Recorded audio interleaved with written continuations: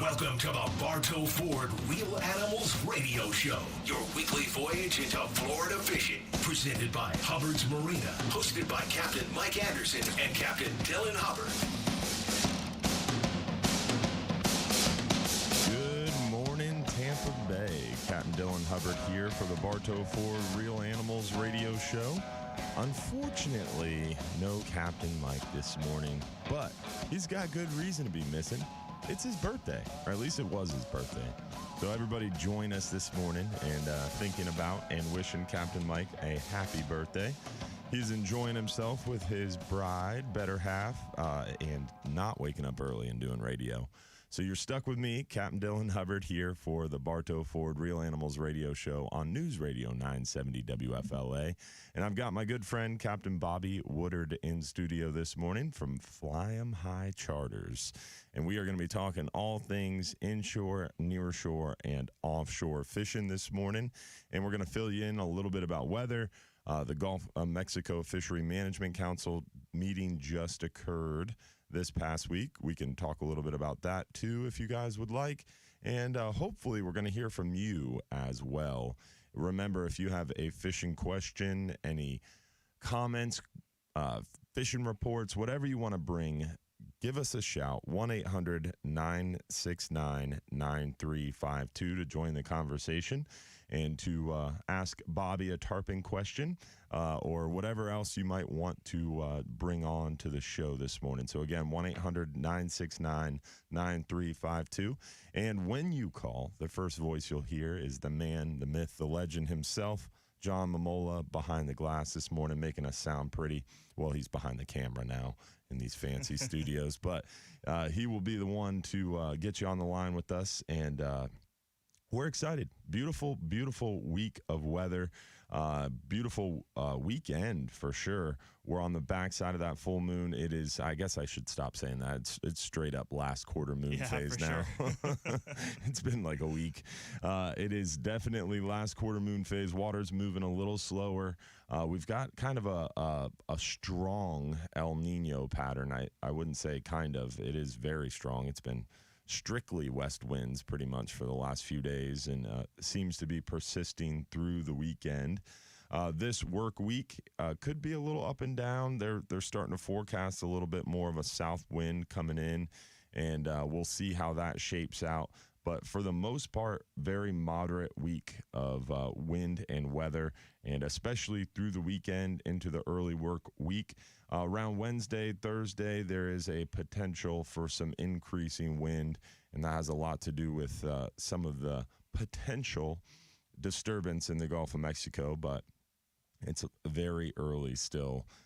Some early model runs of certain models are showing some potential tropical, I guess you could say, development. But it's weird, the pattern that we're in with this weather, man, with this El Nino that's going on. This is the first time that I've been, I guess, old enough to where I'm really tracking the weather to witness a really strong El Nino effect like we're having right now. And basically what's happening, what the El Nino causes for us is you're going to notice it's generally overall a little cooler, which it has been. It has been a lot cooler, really, in my opinion. And then it's also been a little bit more west wind. And then also you have the chance for, instead of seeing the hurricanes and tropical systems kind of roll off of Africa and then travel west, we're seeing tropical development happening to our west. In the Caribbean, Gulf. Yeah. And then it moves east. Yep. And the pattern's kind of reverse. And it also causes our friends to the north, the Great White North, Indiana, Pennsylvania, Ohio, all those places, Michigan. It's actually been hotter and more humid there than it is here. So we just had some friends down from Indiana, and they were saying that it's actually hotter in Indiana than it is in Florida right now. So wow. Yeah, it's really interesting how it kind of flip-flops things with this El Nino effect. And it's definitely very strong and pronounced. You can see it on the wind patterns. So it's a interesting time for sure. Plus, it'll really shake up hurricane season overall.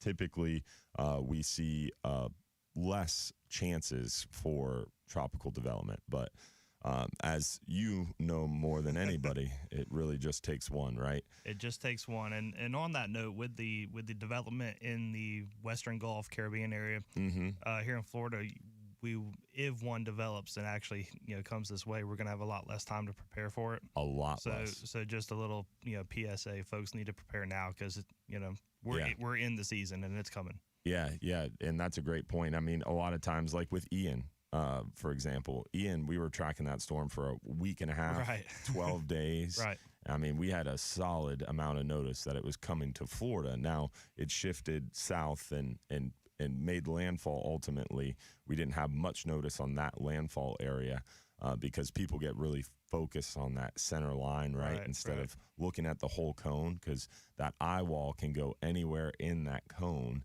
And if it's, for example, the eye wall goes to the south end of that cone, that means a lot of area to the south of the cone can get some devastating hurricane impacts. And I think the state of Florida learned a hard lesson with that, or was reminded of a hard lesson with that with Ian. Yep. And you're still trying to recover from that, man. Yeah, it's getting there. Finished the re-roof, right? We did. Remember, this weather report was brought to you by our friends over there at Reese Windows and Doors. They are celebrating 51 years as the fastest and most trusted impact window and door company in Florida. At Reese Windows, they install most windows and doors in only 6 to 8 weeks, and now you can win them absolutely free. Just pick up the phone and text the word HAPPY, HAPPY, to 20129 for a chance to win up to $15,000 in new impact windows from Reese. Remember, text the word HAPPY to 20129 if you want a chance to win. Very happy with our windows from Reese. They did a great job at our house. Man, you got affordable roofing solutions or affordable roofing systems to do your roof, and now you've got Reese windows. Look at you. Only the best. Nice. I like your style, man. Definitely interesting weather-wise this midweek. I'm pulling it up now because now I'm wondering what's causing that big pickup midweek. Hopefully it's not. It's just troughs. Yeah, so it'll be interesting, and that's actually kind of good, right? Because this past week it was all stagnant. We didn't really see much weather changes, and I don't like that stagnant barometer. It seems like fishing can get really tough, and it can, especially coming off a moon, versus leading up to one. Yeah, we're on a quarter moon. You've got a stagnant upper level atmosphere, not much changing around. Plus, it's been kind of warm, so those fish just get lethargic, and I imagine it's even more pronounced inshore in shallow, warm water, huh? Oh yeah, for sure.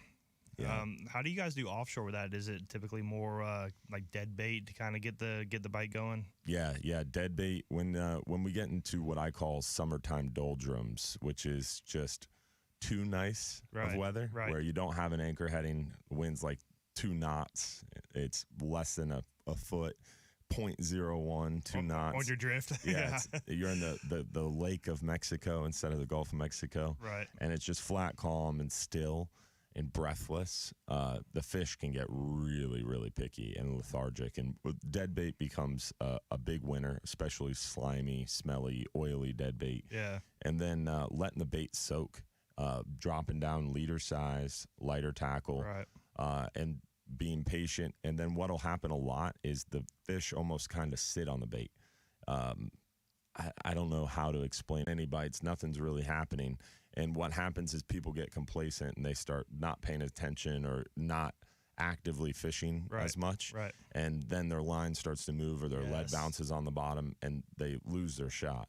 But if you're actively fishing and you're staying in tune with it, what'll happen is after 2, 3, 5 minutes, whatever it is, you just slowly lift your rod tip to the sky real slowly and then drop it back down real slowly. And a lot of times that fish that was sitting there staring at the bait or sitting on top of the bait, when it starts to slowly move away from them, they just can't help themselves. They'll grab it. Especially red grouper do this. Nice. But some of the snapper species as well, and they'll just get slow moving and lazy until you start to slowly pull the bait away from them. But so it becomes that reaction bite versus the hunger bite. Exactly. But it's like they don't want anybody else to get it. So they're like, I guess I'll eat it. But it definitely takes a little bit of patience, and people try to do that too much, or they try to do it too jerkingly. Right. It's a slow, steady finesse thing. And just making sure you're actively fishing and never giving up. That's the key. I mean, my mind heard that first and foremost when you mentioned that was, being engaged. You know, I preach that on the boat. I preach that in my seminars. Like, there's a fine line between fishing and just sitting there with a bait in the water. Yeah. Like you got to fish. You got to be engaged in what you're doing. You got to pay attention. Yeah. And it's tough for people that don't do it all the time. When the bite's slow, the fish lethargic. It's tough to be actively mentally focused and engaged the whole time. Yeah, it takes a split second, right? You take your eye off that line. Like for me, I love when I'm inshore fishing, casting out, letting the braid go slack on the surface, and you're just watching the braid float on the surface, and you're waiting for that line to twitch. I love that, and it's addictive, right? But if you look away for a second, you miss that twitch, you're done. Right. Your bait's gone. Right. And like this time of year, fishing on the dock with the kids, using a small piece of shrimp, and you're fishing for mangrove snapper that are so fast, it even makes that even more hyper-focused. Right. It was really cool. We had the YMCA bring their kids group out, and we had like 15 to 20 kids out in the dock. None of them had fished before. They had their fishing poles in their hands for the first time, learning how to do knots, learning how to bait the hook. And, dude, every single one of these kids caught fish. That's awesome. Yeah, and it was nice mangrove snapper, too. Water was crystal clear. You're seeing these big snook cruise through, big mangrove snapper. We had a dolphin swim by. Hey, little Johnny, what are you going to do with that snapper when you get done? Yeah. I'll just put it over here. I'll hold it for you for later. It was really cool. So it was a good experience, and taught them all that you got to actively fish, because the more engaged you are, the more you're not going to miss something. Yes, absolutely. And I think the more you get enjoyment out of the whole experience, right? Yep. So what's this west wind doing to your tarpon?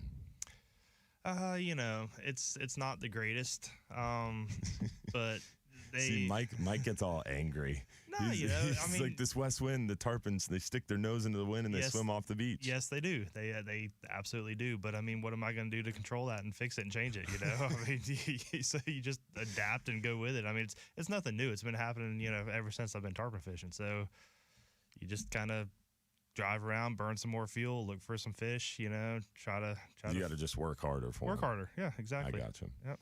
So if a bunch of them are swimming offshore, do you try to follow them near shore, or let them do their thing? Up to a point, yeah.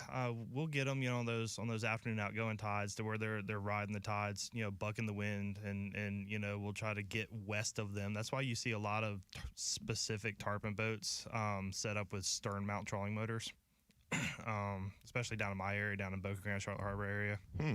We try to get to the west of them. Because then we've got our anglers on the bow, trolling motors on the back, so you've got the separation off the fish, 25, 24, however long your boat is.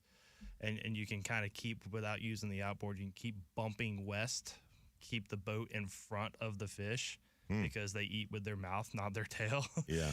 And then your anglers are on the bow. They've got the wind behind their back for casting purposes, and you're putting that crab, threadfin, whatever you happen to be using, typically crabs for us, in front of the fish. They're swimming into the bait. It's not flying through the air, landing on their head in an unnatural, presentation. And you just keep bumping that boat, offshore, just staying in front of the direction of travel of the fish. Interesting.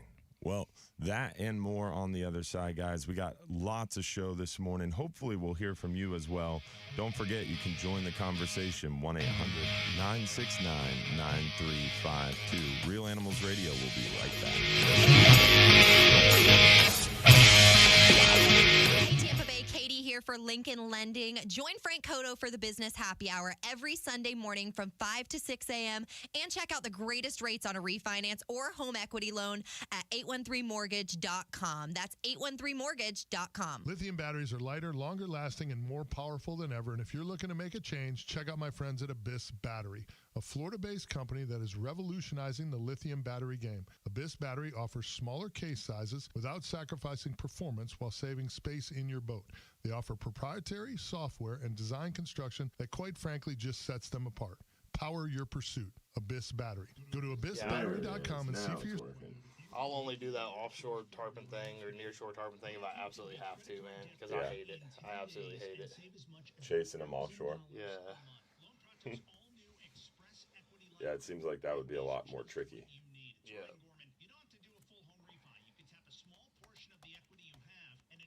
And I mean, they'll chew when they're doing that because they know how vigorous the spawn's gonna be and all that stuff. So I mean, they'll definitely chew as they're doing it, but it seems like they're hungry when they're moving near shore like that in big schools. Yeah. Because they probably just don't have as much food available, I guess. Yeah.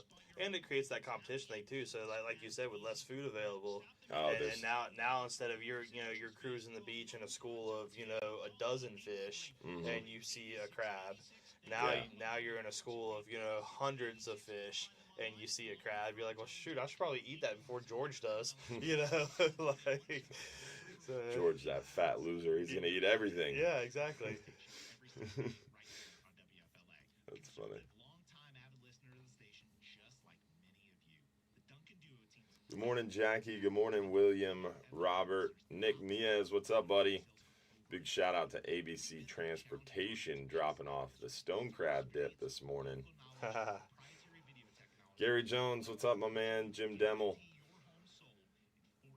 Somebody asked about red tide status. I didn't see any concern there. So the south wind is an occluded front that pushes down to the north tries to enter Tampa Bay area, but doesn't quite make it. So it's going to be sucking that south wind towards it. You know what they say about a south wind, right? Fish out of the south, or wind out of the south, fish open their mouth. Oh, really? Yeah. I haven't heard that one. Is that a tarpon thing? Nah, it's just an old school thing. I've heard, dude. I don't know that I put any validity into any of these. I think. What about new moon incoming, full moon outgoing? So I 100% agree with that. All right. Just want to make sure we're clear. Mike seems to say that he never said it, but we'll just let that slide. Dude, he says it all the time. What do you mean? He said he never said that? Yeah, he's like, I never said that. I'm like, I've heard you say it, but he says it every freaking 2 weeks. But so I agree with that. But no, like the wind stuff, like I've heard that. I've heard wind out of the east, fish bite the least. That's true. High pressure. Wind out of the west, fish bite the best. I mean, just all kinds of little things like that. But not to steal your line, but like I feel like at times you can get so scientific that you get too scientific with your approach. Mm-hmm. It's like, dude, just go fishing. Yeah. But with that said, while you're fishing, that's your time to try to figure it out. And like, okay, well, why are these fish biting or why are these fish not biting? So that you can then learn for the future. But as far as the pre-trip planning of it goes, as long as you're going to be safe, you don't have weather issues that are going to create, safety issues, just go. And just figure it out while you're there, Like, amen to that. I couldn't agree more. Right.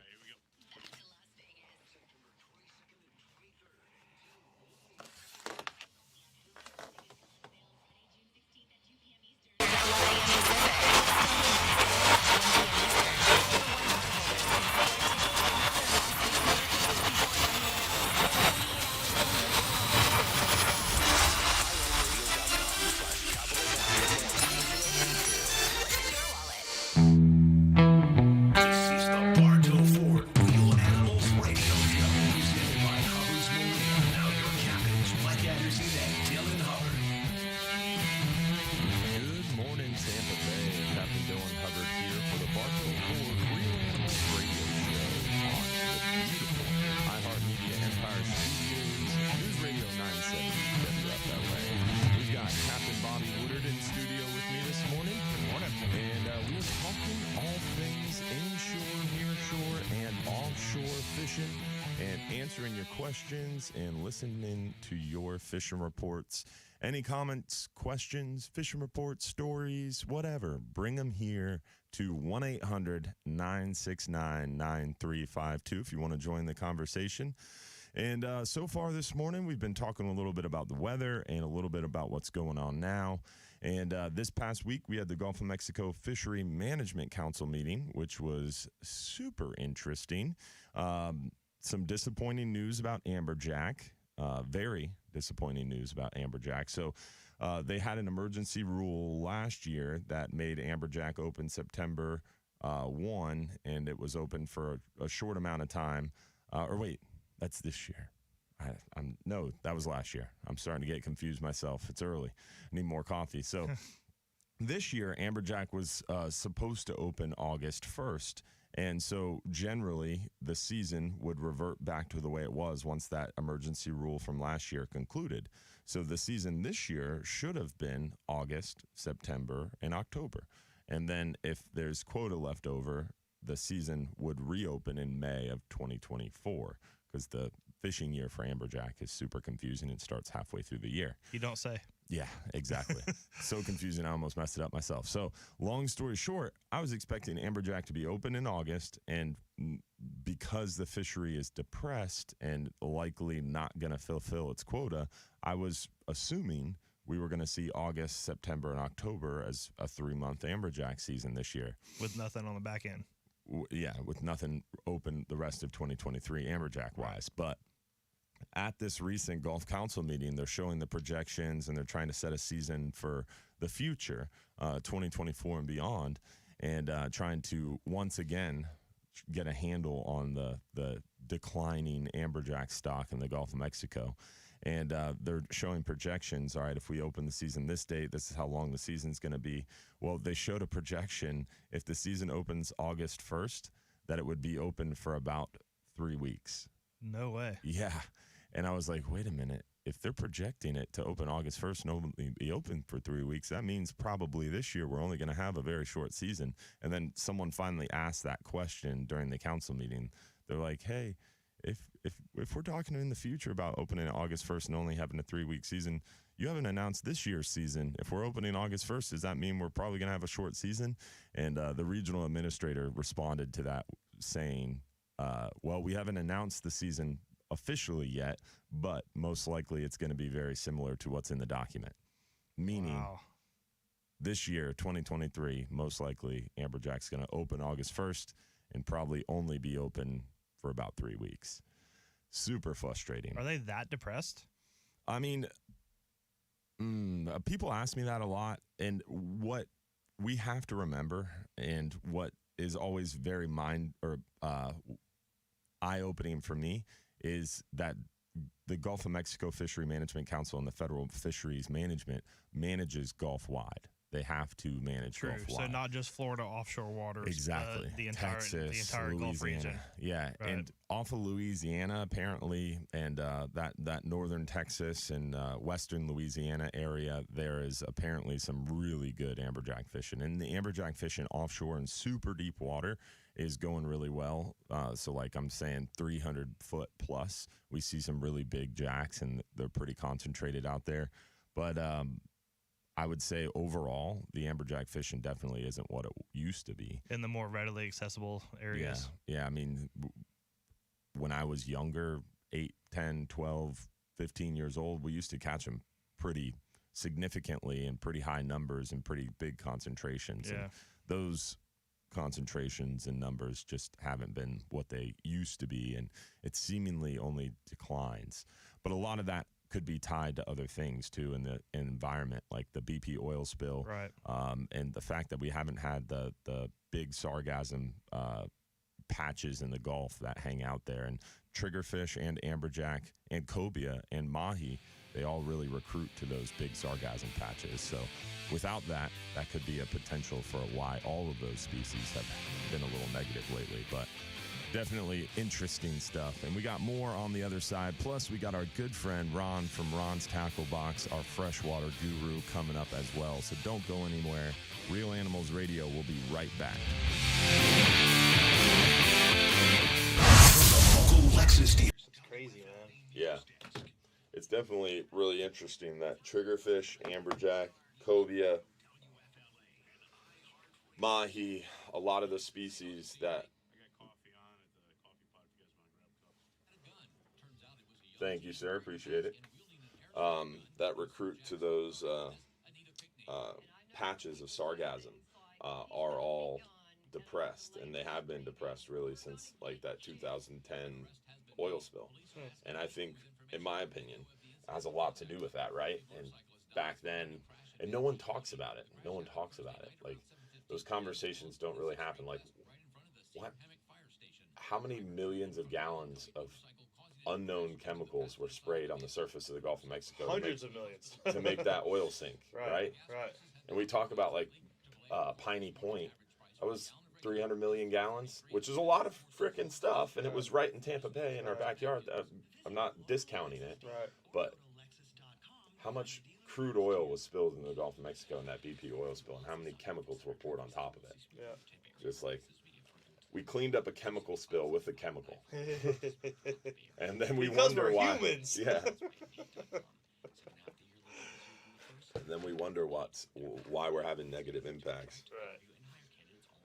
I'm one of those crazy dudes. I wanna get amberjack on a fly rod. Yeah. Johnny. What's the Bass Pro guy? Johnny Morris. Yeah, Johnny Morris. Johnny Morris Jr. called me, and we were this close to getting him set up on a charter to do that. Yeah. Yeah. But they unfortunately had something come up.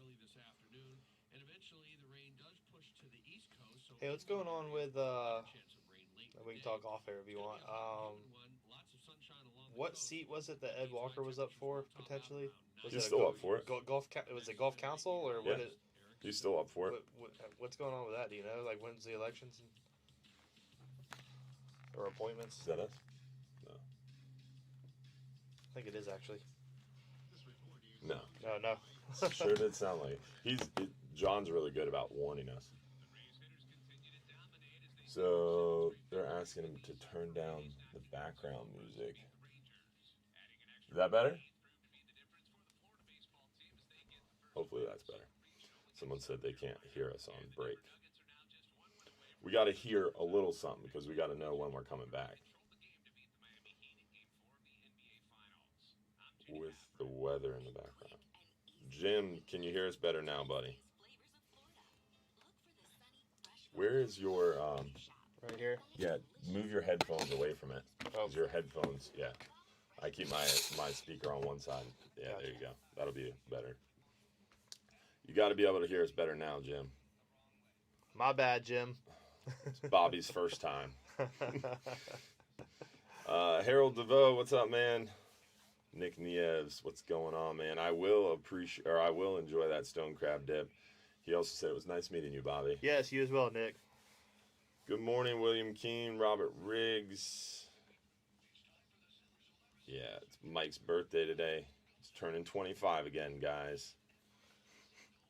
Everybody make sure to wish him a happy birthday. Yeah. Awesome. We were talking about Bartow Ford the other night. Had some old school memories, man. Like back when he was running his old 23 Dorado, and Billy still had his 26 Gauze that he was fishing out of, and just, I mean, hell, I don't know if I had 15 years ago, 20 years ago, I was just old school back in the day. Mm-hmm. It was cool reminiscing. So what was your question about the seat Ed Walker was up for? Oh, it just when's all that going down? Like, what's the time frame on like the appointments, and like when do they We make should that know decision? pretty soon. Typically the August council meeting is when they get appointed. Gotcha. So And that's from the governor, or no, he No? was already appointed. How the golf council system works, this will be interesting to talk about on the radio. Okay. Why don't you ask me that question in the next segment? okay. We'll talk to Ron, and once we get through that, we'll talk about that. Is that it? That's interesting. A lot of people are always asking about that. Dude, I'm pumped. I got a weight vest from 511 tactical. Yeah. Like a, it looks like a Looks like a bulletproof plate vest. carrier. Yeah, Yeah. it is a plate carrier. It's Okay. got freaking 18 pounds of weight in it. Gotcha. But then it's got a hydro pack in the back. So Yeah. between the plates and the water, it was like 35, 40 pounds. Oh, wow. And it came in the mail yesterday. I was so pumped. And I strapped it on and went for a walk. Dude, I was dying. It's funny, too, because, like, I lost a lot of weight. And I only put 40 pounds of weight back on in that vest. Yeah. And it was noticeably harder. Yeah. It was crazy. And, like, doing push-ups, I'm like, oh, my gosh, I feel like I'm twice as heavy. But I was pretty pumped. But now I'm, like, so sore. So I'm excited. Getting after it. I'm going to be like Charlie Phillips. There you go. I've started, dude, he's a freaking inspiration, man. That crazy stuff he does. Yeah. But I started a diet, I don't know, about a week or so ago. And it's not really a diet, it's just making better choices is all, you know. And, I mean, I'm already down like 4.5 pounds just by doing no more physical activity, just making better choices. Yeah, if you eat right, it really changes the game. For me, it all started with just trying to get my head right. Trying to get my head right and trying to think better and manage my stress. Yeah. And it just all kind of came together. It all ties together. Oh, absolutely. I thought it was funny on that tarpon isotope thing. They said you are what you eat. Exactly. You know, like.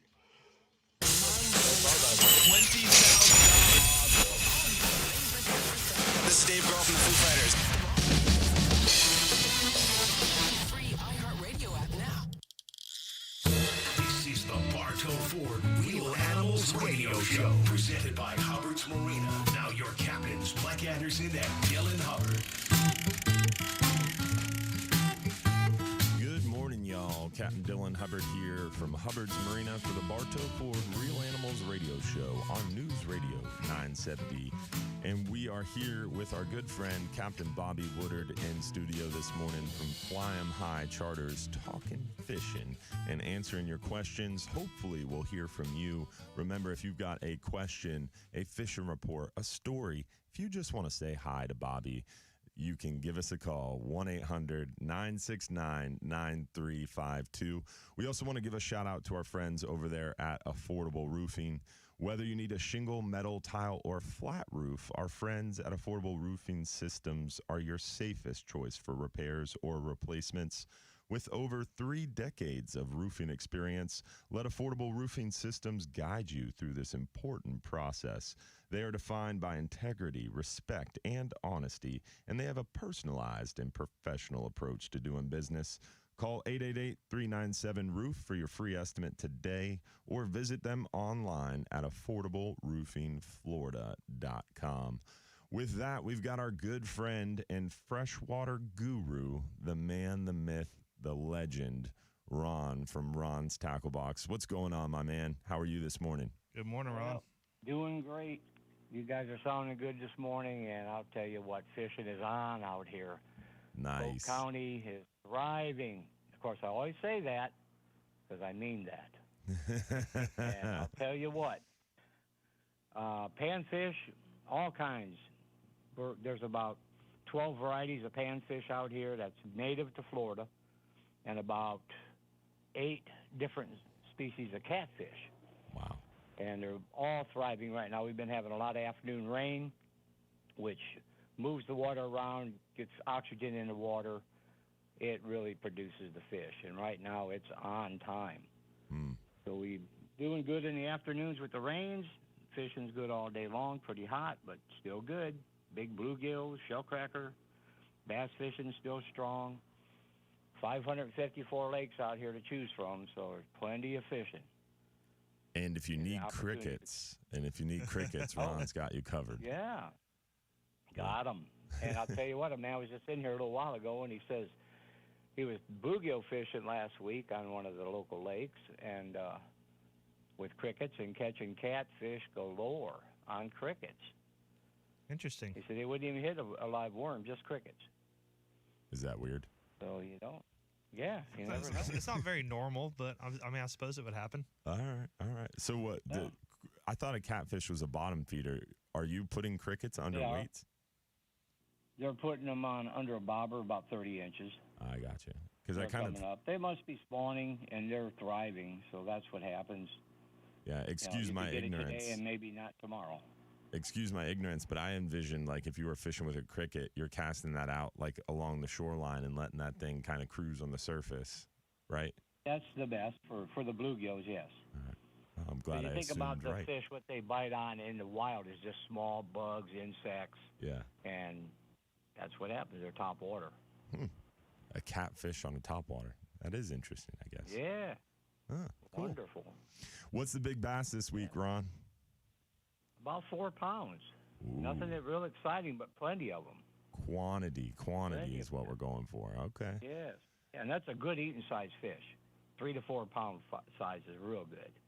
Okay. All right. And they like you to keep some of them small ones because, the guidelines here on your largemouth bass are you can keep 5 per person, 1 over 16 inches, and the other 4 have to be below 16 inches.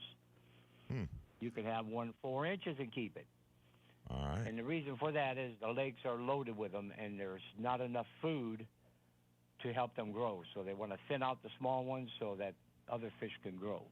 So you want to promote the taking of smaller bass. Yes. Interesting. Catch and fillet. All Right. Freshwater management what is we wanna very interesting to me. It's a closed ecosystem, so it's pretty cool how you guys can manage it so closely. They know what they're doing, and it's working. It's working. We don't have to stock these lakes because they naturally reproduce. Awesome. Well, if someone wanted to stop by and pick up a Booyah lipless crankbait in royalty purple, because you're the world's capital for that, how would they find you over there, Ron? Well, I'm over here at 380 South Lakeshore Way, which is 1792 in Lake Alfred. Phone number 863-956-4990. I just happen to have some of them in stock. Thank you, Ron. We appreciate you, my friend. You're welcome. Thanks, Ron. Have a great day. See you, buddy. Always a pleasure. Hearing from our good buddy Ron from Ron's Tackle Box. If you have not stopped by, make sure you do so. Really, really cool place. They got antiques. Yes. They've got some, just 10 pounds in a 2-pound box. It's really impressive. And such a nice, knowledgeable guy. And he knows saltwater fishing, too. He used to, what's interesting about Ron is he had a shop right here on Gandy. And he told me that when I stopped over there. Yeah, a saltwater shop for a long, long, long time. And I guess that's how him and Mike originally met or something like that. I don't remember the story specifically, but he was a saltwater tackle shop owner for many, many years. And now he's over there in Lake Alfred. So he's been there forever. Polk County staple. Polk County. Imperial Polk County. See, Get you it guys right. say that, and I still don't understand what that means. Just the non-city portions of our county, the unincorporated. So instead of saying unincorporated, you say imperial? Yeah, man. All right. I've always wanted to ask you that. It's higher class. There's so many things. We're just going to glaze past that one. All right.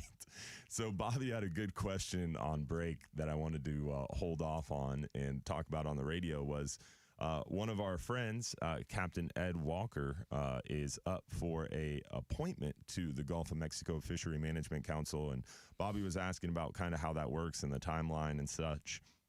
Basically, the Gulf of Mexico Fishery Management Council is the management body that's in charge of making decisions and regulations on our federal waters in the Gulf of Mexico. So in Florida, 9 miles and beyond is managed by the Gulf of Mexico Fishery Management Council. And those rules and regulations and kind of prosecution of the rules is done by the Southeast Regional Office, or NOAA's National Marine Fisheries Service. So the Gulf of Mexico Fishery Management Council has 17 voting members. Each state has a state rep. So there's 5 state reps. And then there's the regional administrator from the Southeast Regional Office, who used to be Dr. Crabtree, now is Andy Strelchek. So there's 5 state appointees and Andy Strelchek. That makes 6 people. So you have 11 left that are appointed members of the council. So of those 11 voting members that are appointed, each state has a certain delegation or number of people. Alabama, Mississippi, Louisiana each have 2. Texas has 2, and Florida has 3. So I think that's right. No, wait. Texas has 3. Is that based upon like their impact on the fishery, It has or a little their bit state to do with population, that. or It has a little bit to do with that, and it has a lot more to do with just how it's fallen over the years. Gotcha. Like Florida has the biggest representation. I think I got the numbers wrong, but long story short, the biggest, most important piece of the pie to remember is Florida has the majority of seats, and Florida kind of drives the bus. Florida represents the largest number of landings and also the largest number of anglers. So Florida really drives the bus on a lot of different things, and FWC wields a lot of power. Most recently, that was very comical to me, is essentially on record at the Gulf Council, someone said, well, if you guys don't do this, the FWC Commission is just going to do this, and then you won't have a federal season. Literally. So Florida drives the bus on a lot of different things federally, but essentially what's happened is Phil Disco serves on the Gulf of Mexico Fishery Management Council, and this was his last meeting, this June council meeting. So he's getting off the council. He's not able to get back on, and so his seat must be filled. And each seat generally has a tag to it, and Phil's seat has historically been a recreational seat. Florida also has like a science seat, which is Dr. Tom Frazier. We have kind of a more commercial seat, which is Bob Gill. And then we have our state representative, which is Dr. C.J. Sweetman, who represents the FWC Commission. So Bob Gill's seat is up, and that's what Ed applied for. And how the process works is when the seats are coming up, they get advertised so you can apply for it. And when you apply, you have to fill out this crazy packet of information for the feds in the state. And how the process works is everybody applies to the state, and the governor actually has to go through the governor's office, the appointments office, has to go through and pick a list of people that they feel would be a good appointment to the council. Once the governor makes his list, he transmits that list to the Department of Commerce, and the Commerce Department then picks who ultimately will serve on the council. And that kind of happens 2 different levels, right? So not only do you have to be good at the state level, but then you have to be good at the commerce level federally. So are there term limits on that seat, or? Yes, you can serve 3 consecutive 3-year terms. Gotcha. So if he gets appointed, August would be his first meeting, and he would serve 3 years from then. And then towards the end of his first 3-year term, he would have to go for reappointment. And the reappointments really are more state level. If the state signs off and you haven't done something crazy, the Commerce Secretary is going to kind of rubber stamp that. Right. So reappointment's a lot easier than getting appointed in the first place. So, well, we haven't spoke about it other than now, but I would assume our thoughts align. And personally speaking, I think Ed's a great choice. Yeah, Ed's a great choice. There's a lot of other really good appointment opportunities from the state as well. I'm pulling for Ed. I hope he gets it. He's a really good one. We also have Keelia Paul up in Panama City, who's up for it as well. She's another charter captain. Okay. So I think Ed or her would be my first and second choice. So hopefully Ed or Keelia gets it, because the charter other ones captains are not so good who for are us. on the water, involved, know what's happening. Exactly. Being connected to the fishery for sure is important. And there's one that is in running that I'm hoping doesn't get it, because they're not a charter captain, and they're definitely in it for the wrong reasons with a strong agenda. So that's something you got to watch out for. And it's an unfortunate part of fisheries management and fishery science is it can get very political, especially at the federal level. Right. We've seen that most recently with the Great American Red Snapper Count. The Great Red Snapper Count really got politicized and was kind of used as a political tool. It was really politically driven. The whole reason the Great Red Snapper Count happened is congressional representatives got money allocated. It was a $12 million study over 2 years to study one species, red snapper, which doesn't happen. The entire survey budget of the Southeast Fishery Science Center is $12 million, and they blew that on one species in one study. So it's really, really crazy that more money hasn't been allocated to science. If you guys have a problem with the science, give them some more funding, and they'll do more science. But the problem is, you can have all the science in the world to produce the best management in the world, but if you don't have enforcement, it's all useless, right? Multifaceted. So there's a bunch of layers, but That's a very high-level, quick overview. Hopefully, we'll hear from you. Give us a call, 1-800-969-9352 if you have a question, if you have a fishing report, a story. Speaking of that, we got Mookie from the Lakeland Ledger coming up on the other side. Real Animals Radio will be right back. For more information about contests on this Just station, hanging out with go Travis and yourself has really like opened my eyes to a lot of new things. But like every topic, every issue, every whatever, when you really dig into it, it's so multi-level and so comprehensive and just so. There's no easy answer. No, like it's just nuts, man. Like even like with that isotope thing, like I was really reading about it, and it's like, okay, you know, this like again, it's a VTT thing, so you know they got that strike against them, but it's like looking at it, reading about it, it's like this really makes sense. Like, okay, so I mean, we know tarpon eat crabs, we know they eat shrimp, I know it, but from a conservation standpoint, like let's figure out what they're eating, where they're eating, and what regions, you know, they have specific diets, because it's not just about protecting the species. It's not just about protecting the habitat for the little ones. Like, if we turn into Virginia or you know, some of those, you know, northern Atlantic states with the menhaden issues and the crab issues and then that's going to affect the damn tarpon, even if we have the best habitat in the world for them to grow up in if they don't have anything to eat. Yep. You know, so like it all connects, you know, it's all multi-leveled. It is everything is, there's always more than one surface layer to it, and there's always more than one side. And I feel like the whole personal responsibility thing is always comes into it, but also my new thing that I've been really harping on is like just situational awareness, right? And there's a lot of times we come into things with these blinders on, and this is our perspective because this is what we've always known or what we've always experienced or what we've always heard from the people that we surround ourselves with. But it's always so interesting to then get in a room with someone who thinks differently. And if you have the personal responsibility to care enough to open your mind and be situationally aware. Look at it from the outside in. If there's another opinion, and this other opinion is formed for some reason.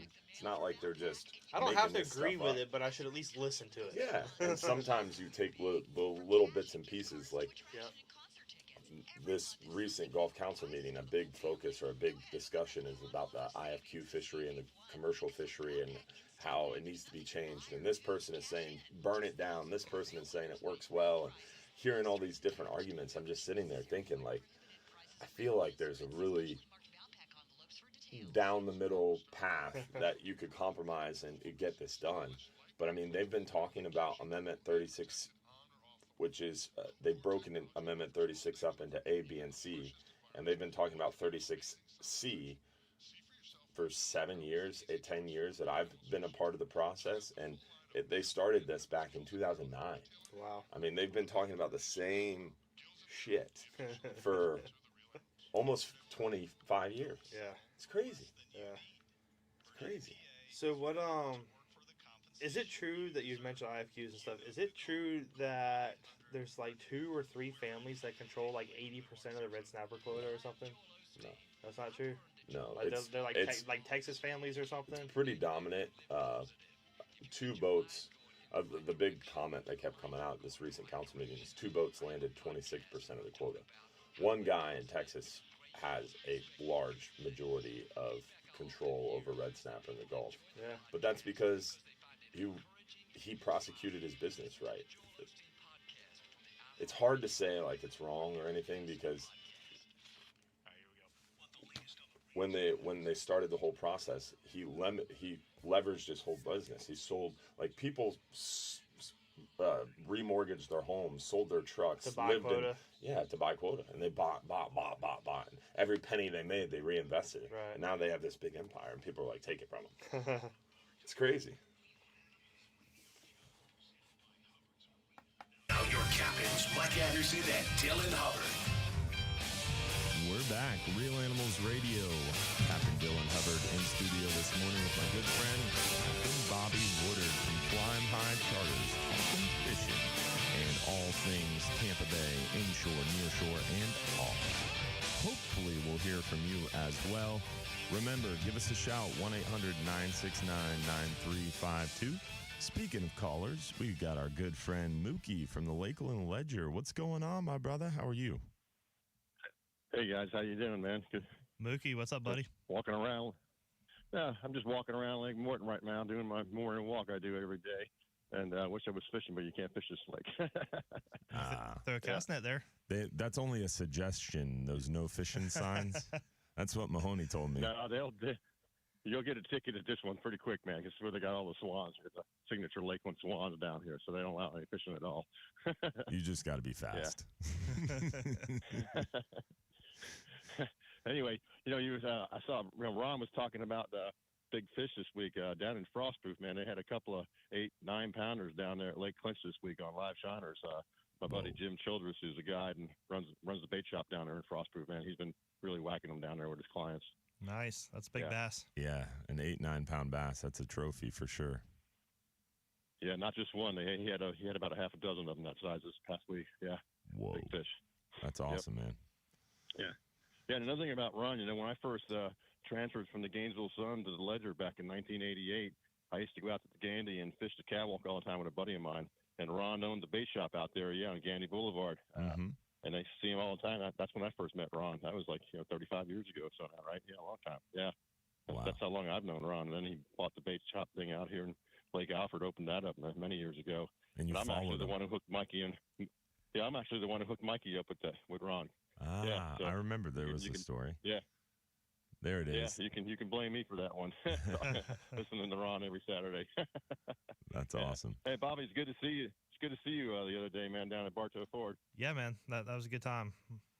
Yeah, I'm sad I missed it for sure. The Bartow Ford event just happened, but there's going to be another one coming up in a very short time. I'm sure when Mike joins us again, he'll be already promoting those dates, but you could definitely join those Real Animals fishing conversations at Bartow Ford and the free food. You guys enjoy Silver Ring Cafe? Yeah, great food, great people. Devil crab. Yeah. Bartow Ford's a great venue. It's easy to get to, plenty of parking, friendly staff. That's awesome. It's a great place. Yeah, it's a great location. Just wish I'd see you there more, Dylan. I know it's a long drive for you, buddy. Yeah, it's easy to get to for you guys. I live out in the coastline of Pinellas County. It's hard to get here to the studio, but I wish I could have made it too. I was planning on making it, but the Gulf of Mexico Fishery Management Council definitely, that meeting took it out of me a little bit, and balancing that and work. It was just too difficult to make it over there, but that's lame. Glad to hear it went well. Yeah, no good excuse, right? But I'm glad to hear both of you made it. Yeah, it was a good gig for sure. And one of the guys that went there asked a question about snook fishing on the beach. And I brought up a couple of baits, and bucktail jig and the old DOA Terrorize have always been my go-to, baits for snook on the beach when they're not feeding. Absolutely, that bucktail, dude, like a white bucktail with a little bit of silver mylar, a little bit of silver flash, is just incredible. Silver mylar, and that old DOA, that old DOA Terrorize. I know it doesn't look like much, man, but they will absolutely tear that thing up in the greenback or blueback color, and it's always been a good one for me too, going back to when I was a kid. Oh yeah. I grew up on the DOA Terrorize, the DOA Shrimp, and a Mirror Lure, Mirrodine, and Top Dog. Those are the 4 lures that I had in my tackle box. That's all you need. Yeah. It was awesome. Well, always a pleasure, Mookie. Thank you for giving us a shout and bringing us those stories and information. We appreciate you, my friend. Good to hear from you. Sounds good. See you, guys. Have a good weekend. Take care. You too, Bye. man. See you. Enjoy your walk, getting after it, getting them steps in. Hopefully we'll hear from you as well. Give us a call, 1-800-969-9352 if you want to join the conversation. Bring us a fishing report, fishing story, whatever. We've got our good friend Captain Jim Fogle with our safe boating tip of the week, brought to you by Milwaukee Tool on the other side. So don't go anywhere. Real Animals Radio will be right back. The preceding program was paid for by Real. Yeah, it's funny that guy was asking about beach slick fishing and talking different lures and this and that. And then right at the end of the conversation, Mike goes, you could try a white bucktail too. And I was like, yes, because it's like old school. Like nobody thinks about bucktails anymore. I like a white bucktail. Oh, absolutely, man. I love, and we sell the yellow bucktails for pompano on the beach. The little short ones. Yeah, the little yellow short bucktails. Yeah. And people come in, they're like, "Hey, do you have pompano jigs?" I'm like, "Yes." And they're like, "No, the little lead banana jigs." I'm like, "Oh, like the Doc's Goofy jigs." That's a goofy jig. That's not a pompano jig. Right. It works for pompano, but this is a pompano jig. It literally says pompano jig on the white bucktail or on the yellow bucktails. Yeah. And then we have naked ball jigs, but nope, they want their Doc's Goofy jigs. Dude, those little short pompano jigs. I've heard old school stories, and I forget who the names were, but they were like people like of like Bill Miller's era and stuff, like back in the day, fishing gandy, catching tarpon on those little short bucktail. Really? Yeah. Because like in Bill Miller's era and my grandfather, there was no Doc's Goofy jig. Doc's Goofy jig is a northern bait. Oh, is it? Yeah. Okay. It's those little banana jigs were like ice. I forget who told me this, but it was adapted from freshwater fishing. Yeah, like walleye in the ice or something. Yeah, and it's a mold that it was very common for freshwater fishing that was adapted to saltwater. Casted lead in the mold. Yeah. Huh. Very interesting. Do you like them? Do you like them with the little teasers or without? I don't really fish them that much. I don't. When I'm fishing for pompano, I'll either use a live shrimp with minimal weight on the bottom or those little feather jigs. Yeah. But everybody that I talk to on the jetty that's using them religiously always fishes the teaser. Yeah. Like 4 to 8 inches above Yeah. the goofy jig on a loop knot. But generally, inshore fishing is a quick thing before I go offshore, and it's going to be live shrimp when I see the fish, you know? Yeah.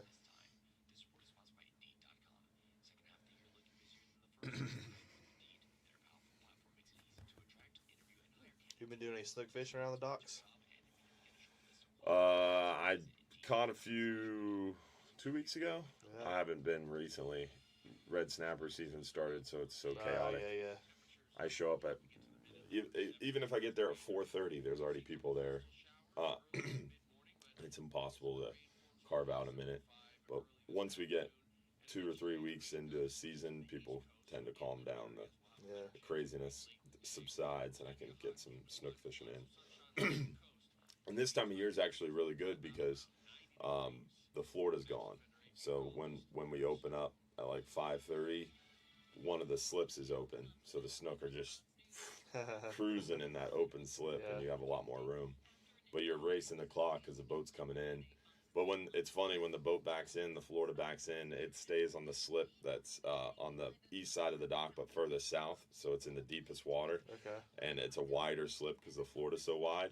So when it comes in, especially if it's like a ripping outbound, they'll come in kind of hot, and they'll have to really put it in gear to slow the boat down. And when they put it in gear, all that bait gets churned up and gets pushed out of the water, and these snook are just pop, pop, pop, pop. Yeah, dude, they go nuts. They go nuts. And they really, really feed heavily in the prop wash. That's so funny, dude. So like, there's a spot down in Charlotte Harbor. It's a narrow, deep channel, unmarked, leading through a cut in a shoreline, going back into Bull Bay. And it's not my spot. Everybody fishes there. But like, we'll be power poled or anchored up, snook fish or whatever, and a boat will come by, cutting in there, and first time clients or whatever, like, oh, damn, man, that guy just drove right past us. I'm like, it's okay, casting his prop wash, because it's that little deep cut. The fish are sitting in the cut. They're not going to go anywhere. I mean, they're used to boats running over them. They're not going to leave just because a boat came by. Yeah. So, and then just like you said, it stirs up the bottom, stirs up the bait. Cork goes down, fish on.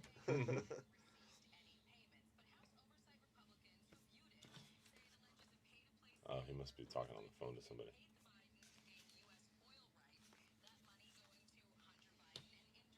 Whenever I see him pull the microphone over, I'm like, what's happening?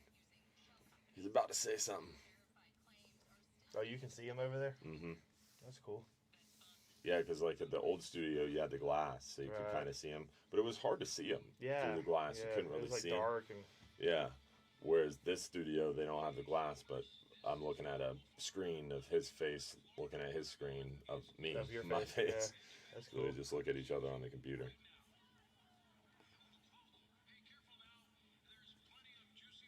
Joe Key said, I always fish the Doc's Goofy jig with a teaser, and most of the fish he catches are typically on the teaser. I've heard that. That's why I asked you. I've honestly never fished it. I own a couple, but I've never fished it. Well, what I was always taught with those pompano jigs is time in tandem, 12 You inches can do apart. that. Yeah. And so, Dude, now we're talking real old school. Do you remember the love lures? dude, I I love the trout love lures. Love lures is what I grew up on. My dad would take me out there in the hub, and we would drift after school. We'd go out there and do a 2-hour trip and catch 400 silver trout. Yeah. Yeah, use them for bait. Yeah, so I was always trying. I did it with DOA shrimp too. Yeah. Tied a love lure style thing with DOA shrimp. Yeah. It worked well for trout. Heart Media Incorporated. Welcome to the Bartow Ford Real Animals Radio Show, your weekly voyage into Florida fishing. Presented by Hubbard's Marina, hosted by Captain Mike Anderson and Captain Dylan Hubbard. You know how I know we have a good show? We have a disclaimer. Disclaimer, baby. I always appreciate that. It makes me feel good. Captain Dylan Hubbard here from Hubbard's Marina. We got my good friend Captain Bobby Woodard in studio this morning for the Bartow Ford Real Animals Radio Show. Unfortunately, no Captain Mike Anderson this morning. It's his birthday. He's 25 again, guys. And everybody make sure to give Captain Mike a big, warm shout out for his birthday. He's out celebrating with his better half and not in studio with us this morning. So you're stuck with us, but we've got some great callers on the line. We've got a Hall of Fame fisherman, a Hall of Famer on the line that we're going to get to very soon. Plus, we've got our good friend, Captain Jim Fogel from Coast Guard Auxiliary. How are you doing this morning, Captain Jim? Good, Captain Dylan, Captain Bobby. You guys sounding good this morning. Thank you. Is this the first or second anniversary of Captain Mike's 25th? I don't recall. I can't speak to that. Oh. Can neither confirm nor deny. Yeah, I understand. I'll probably get hurt for that question. Yeah. Got a couple things today. One was from the Coast Guard that a 34-foot cat that was sunk, 12, 14 days ago, was recently found semi-submerged 100 miles out. 100 miles out. Wow. So, if you're cruising fat, dumb, and happy 100 miles out with your not paying attention, you could have a real disastrous problem there. So please stay alert out there. I heard one story this week also. There was a guy that was going to buy a 32-foot center console somewhere south of us.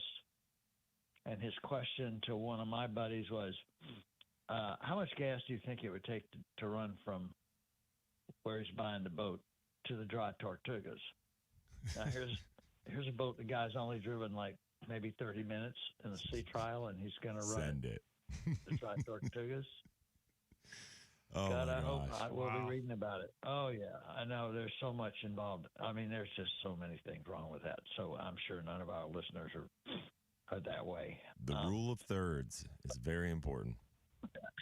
Absolutely. And if you guys don't remember what the rule of third is, it's never use more than 1/3 of your tank going out. And then when you turn around to come home, if you're lucky, you get the other third coming back and you still got a little left over. But if you try that 50-50 stuff, it just don't work. You're guaranteed to be pulled in later on. It was funny. I thought of you. I was getting more and more into flying a drone for photography, and this guy that's been teaching me a little bit, and I'm actually taking the course to get a license. They talk about the rule of thirds when you're talking about battery power on your drone. Oh, yeah. That's true. Yep. Interesting. Very interesting. Never heard it used that way, but that's a great point. Great point.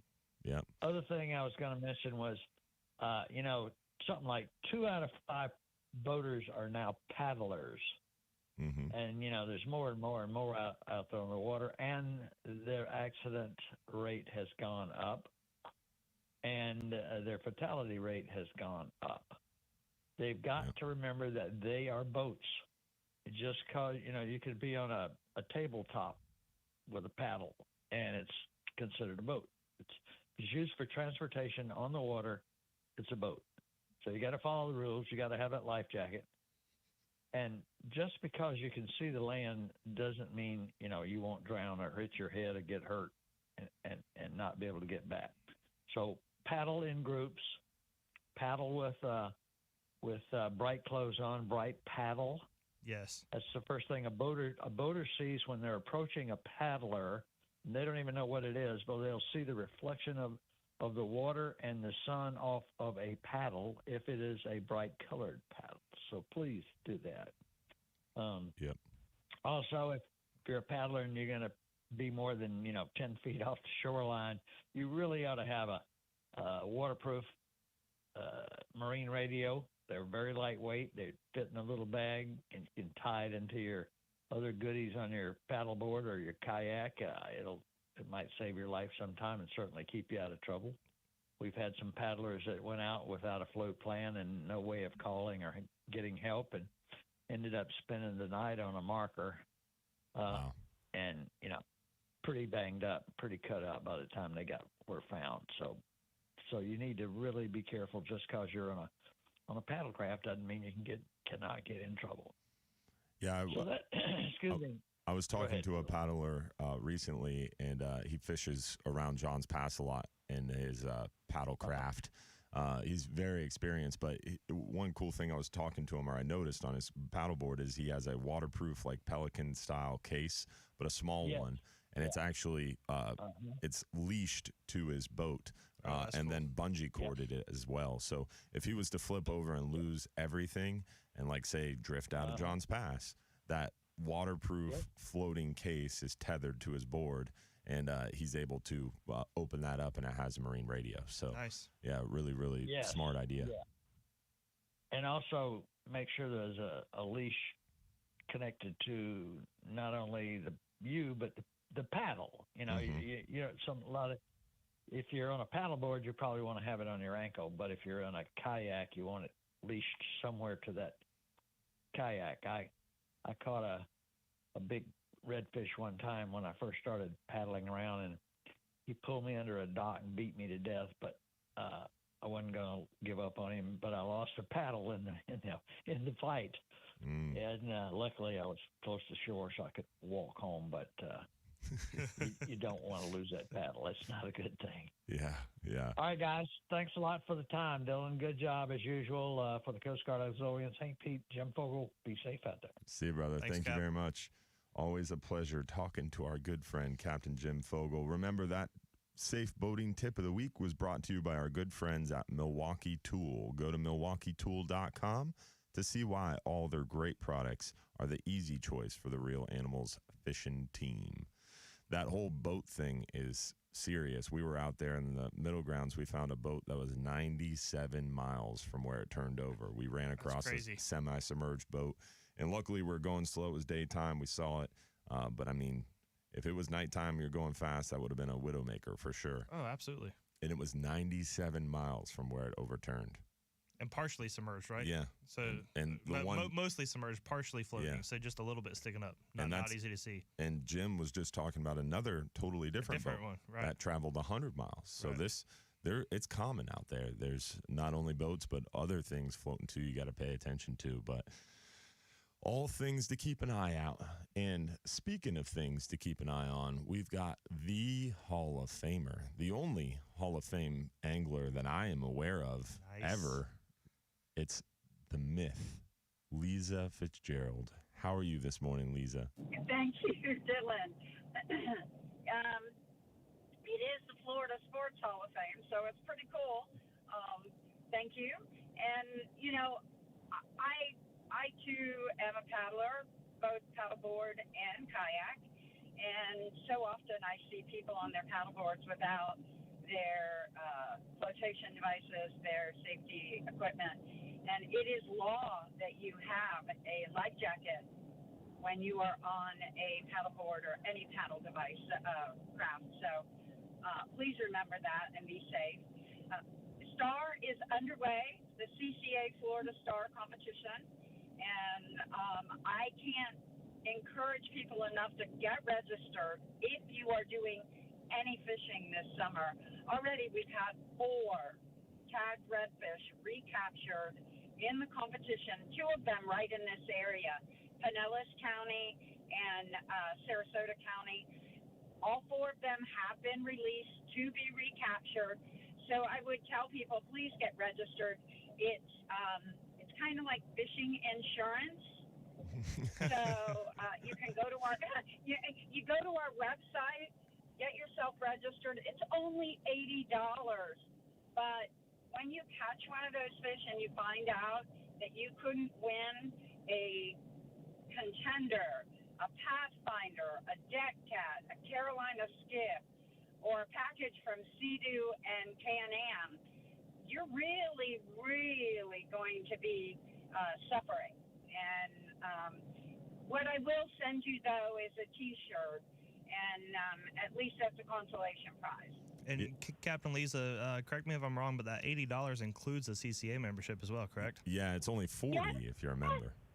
It's only $40 if you're a member. And, you know, this summer, the kids are out of school.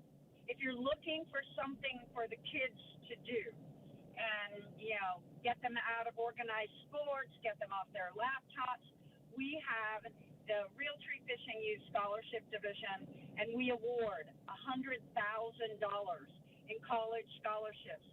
Every day that a kid gets out on the water, catches almost any species of fish, that's ladyfish, jack, snapper, any species of snapper, any size, they can take photographs of it, submit it into the Star app, and we do a random drawing. So it is not the biggest fish that wins. It's a random drawing. We award 2 $25,000 scholarships and 10 $5,000 scholarships. And to date, we have awarded $800,000 in college scholarships to kids for going fishing. Wow, that's incredible. Awesome. And I would argue fishing is an organized sport, by the way. So you don't have to take your kids out of organized sports. You know, I would argue, and now it is considered a sport by the Florida Sports Hall of Fame. Yeah, look at you. You're a Hall of Fame fisherman. You're a Hall of Famer. Well, the only one I know. So that's proof. You just proved it. It is the only one. I am the only one in the Hall of Fame. This is the first year they've ever recognized fishing as a sport. Well, so it's official. That for me was amazing.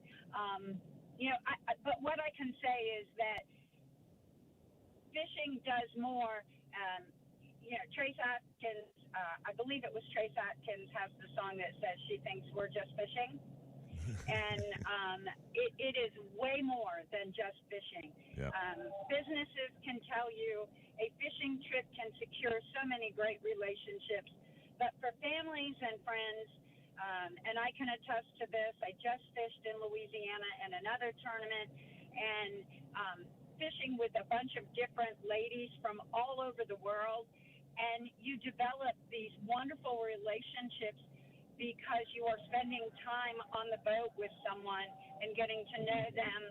It's, you know, it's learning to work together with someone. So getting, and then with Star being rewarded with $500,000 in prizes, over 100 people are being awarded prizes in so many different divisions. Even picking up trash from the waterways, you can win a 3-day, 2-night vacation in the Florida Keys, rum, all kinds of really cool stuff. There's just so many ways to win, and I know a lot of people are targeting tarpon right now. We have a tarpon division that awards $10,000 in prizes for you photographing your tarpon properly. That's Do not awesome. remove the tarpon from the water. Don't grab him by the gills. Don't drag him up over the gunnel. Preach. Practice conservation measures. Amen to that. You know, Hey, Lisa, real quick, I don't want to cut the Hall of Famer off. We're going to put you on hold. We got to go to break. But on the other side, we'll let you wrap up and tell us how you can sign up for CCA Star and remind everybody. So stay on through the break for us. We're going to put you on hold, okay? And Real Animals Radio will be right back. Remember, join the conversation, 1-800-969-9352. We'd love to hear from you as well.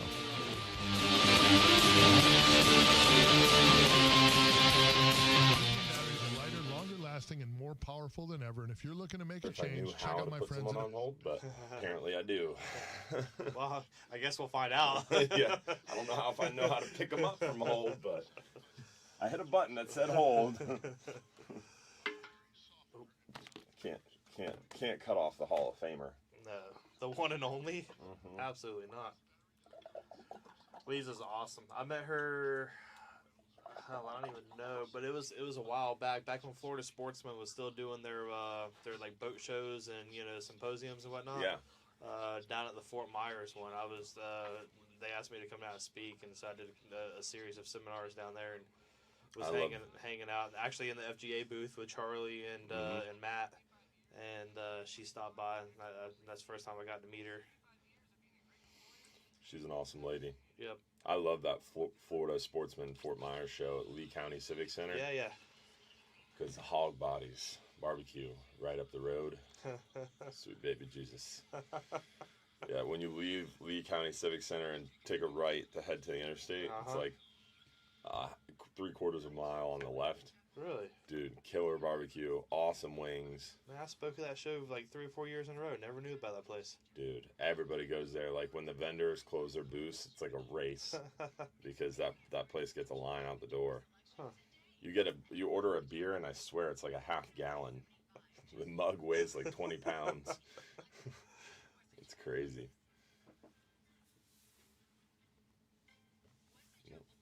Sounded like bed music.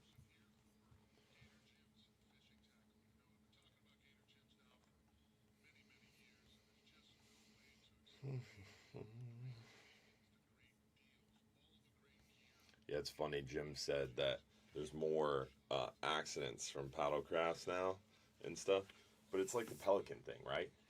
There's more pelicans. Yes. There's more fishermen. So with more pelicans than there ever has been ever, and there's more fishermen than there ever has been ever, of course there's going to be more interaction. I feel like you have to look at the ratio, the percentage, so or whatever. There's more paddlecraft injuries and accidents, and there's more deaths on paddlecrafts than there ever has been before.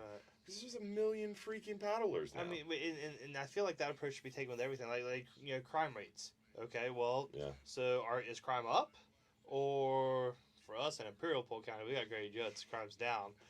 But compared to the population, I mean, I feel like that argument could be and needs to be made for everything, every data that you look at. And I think it comes back to that personal responsibility thing, right? Is you can skew things however you want to skew them. Yes. So, like, if someone's agenda is to end fishing, well, there's more pelicans dying than ever before from fishermen. But the flip side of that same statistic is there's more pelicans than there ever has been. Right. There's more. The population's bigger than it's ever been ever. Right. So, funny. Speaking of charismatic megafauna, some manatees visited our dock yesterday. Nice. Got a great video of them. There you go. We got this 360 camera. It's really, really cool. I've been playing with it, and it's waterproof. So yesterday, I'm out there cutting fish for our office. Some guests donated some snappers for the office to have a fish fry. We eat fresh fish like 3 times a week. It's awesome. So I'm filleting fish for the office, and I look down. There's a dolphin going between the pilings on the dock. I'm like, oh, I'm going to go get my camera. I'm going to stick this camera in the water in the face of this dolphin. It's going to be awesome. So I run and get the camera. Come back, dolphin's gone. I'm like, son of a sailor. So then I'm sitting there, finish filleting fish, manatees come cruising, pair of manatees. I'm like, yes. Got the camera down perfectly, nice. Right in their face. Great TikTok video, but no dolphins. But lots of charismatic megafauna interaction.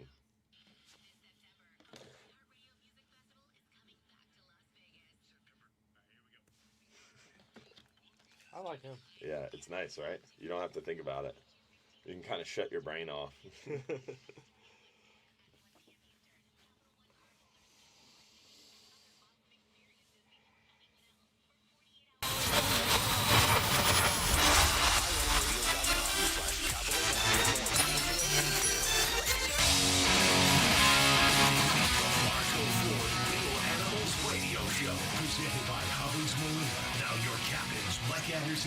Dylan Hubbard.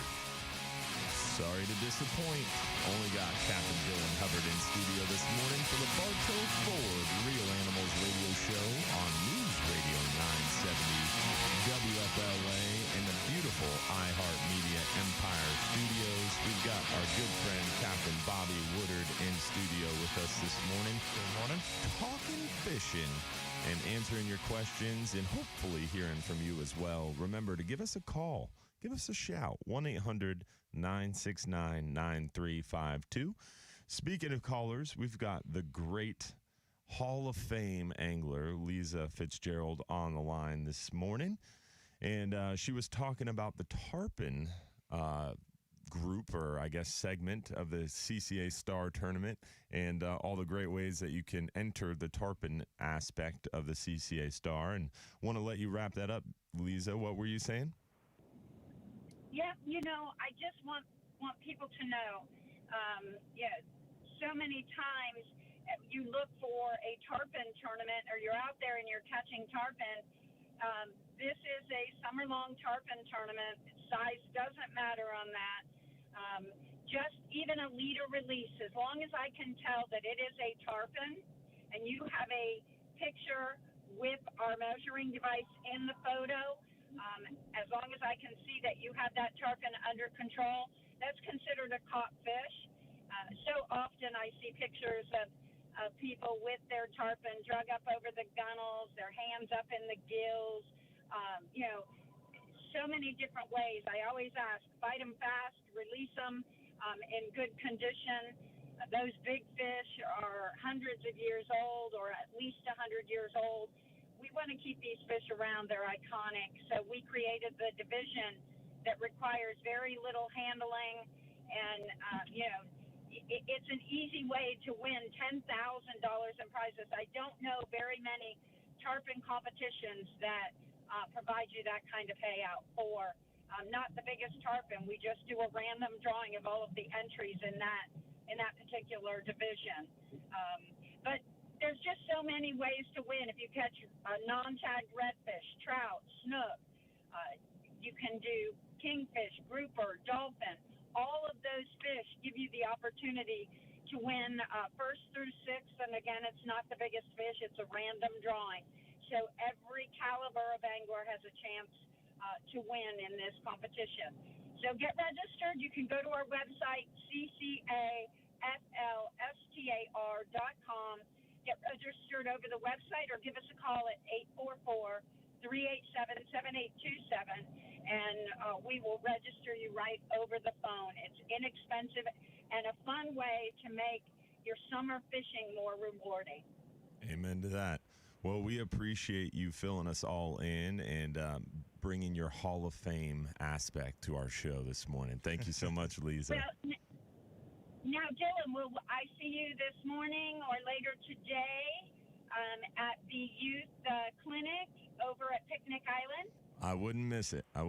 I will see you at 9 a.m. at Picnic Island for that youth clinic, and look forward to chatting with you and getting to hang out with a Hall of Famer in person. It's going to be nice. Well, I'm so humbled. Every time you say that, I turn completely red. So thank you very much. It's about to get real weird today then. Yeah. Well, I am going to tell you, Dylan, do so much for the sport, for the ethics, for the proper way to be engaged in fishing that, hopefully next year it's you that gets the opportunity to feel the way I feel and blush every time someone says something. Well, I appreciate it. Thank you so much. I look forward to seeing you later this morning, and thanks for the phone call. And Bobby, great to hear your voice, and you guys rock it out this morning. All right. Thank you, Lisa. See you soon. Always a pleasure to hear from the Hall of Famer on our show. We've got Donald from Loops talking kayaking, the kayak angler himself. Iconic kayak angler. It makes sense. We've been talking a lot about paddling, and now we got Donald on the line on the other side. Hopefully we'll hear from you as well. 1-800-969-9352 if you want to join the conversation. We'll be right back.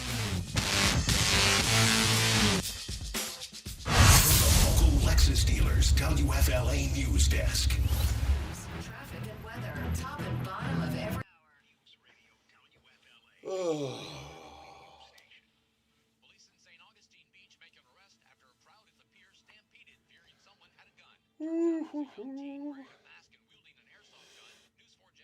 Morning, Francine, Donald, John, Jim.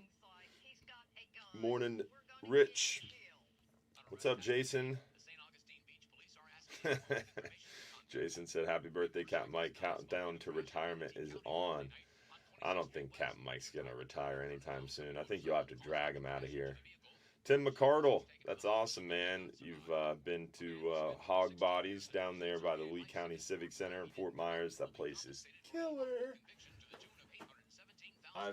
I've planned family trips around diverting to Hog Bodies whenever heading south to like Miami or the Keys or anywhere south of Fort Myers. I always try to plan my trip to make sure I'm going to be at Hog Bodies for lunch or dinner. It's really, really good. It's awesome.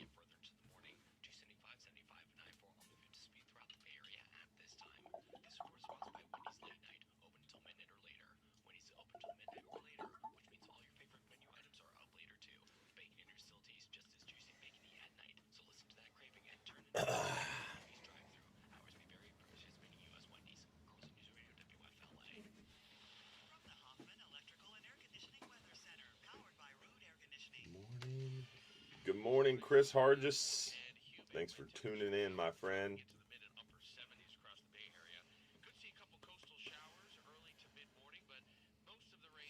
Morning, Lewis Lambert. Thanks for tuning in, my friend.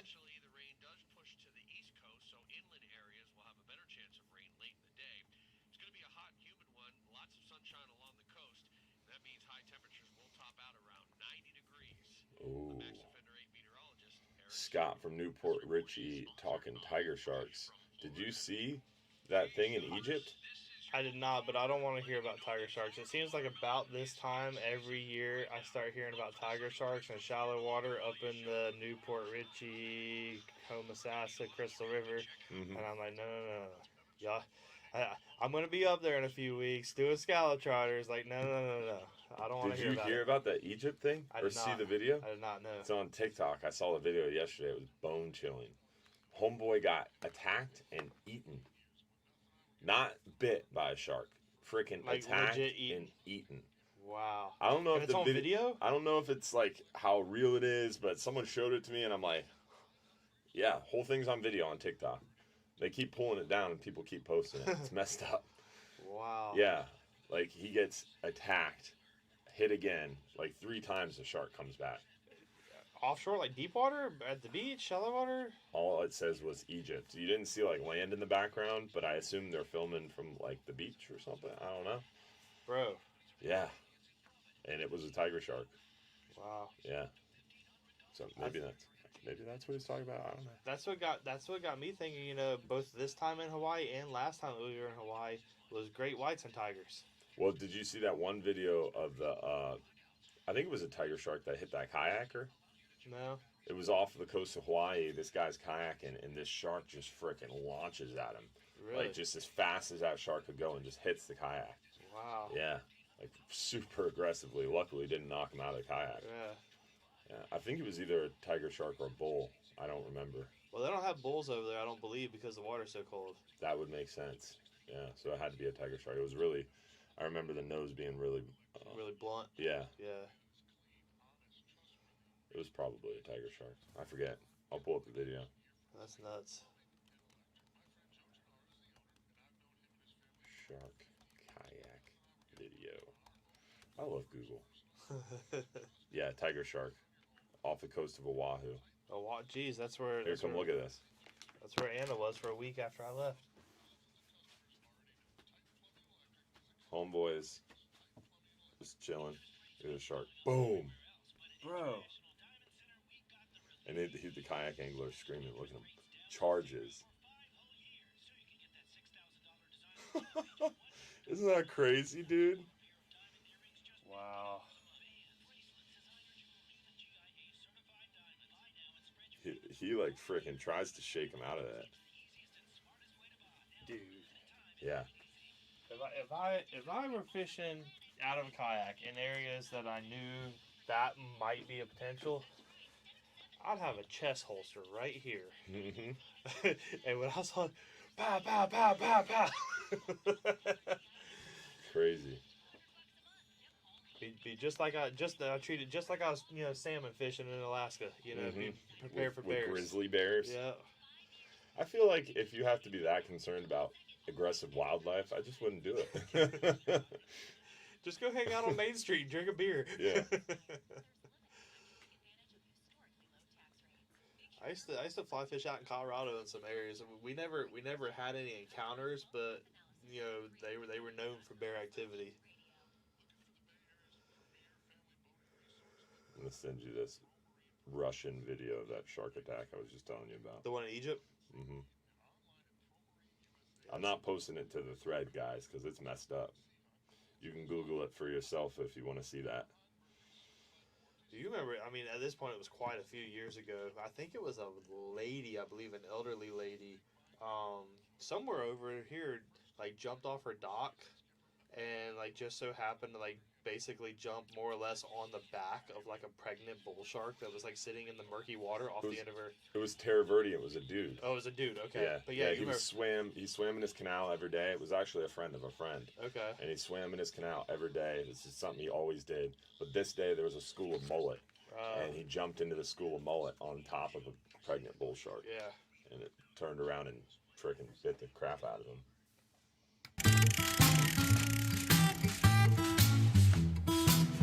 Good morning, Tampa Bay. This is Captain Dylan Hubbard here for the Bartow Ford Real Animals radio show. We've got Captain Bobby Woodard in studio this morning from Flying High Charters, and we're talking fishing and hanging out with you guys. If you want to give us a shout, bring us a fishing story, fishing report, whatever, give us a shout.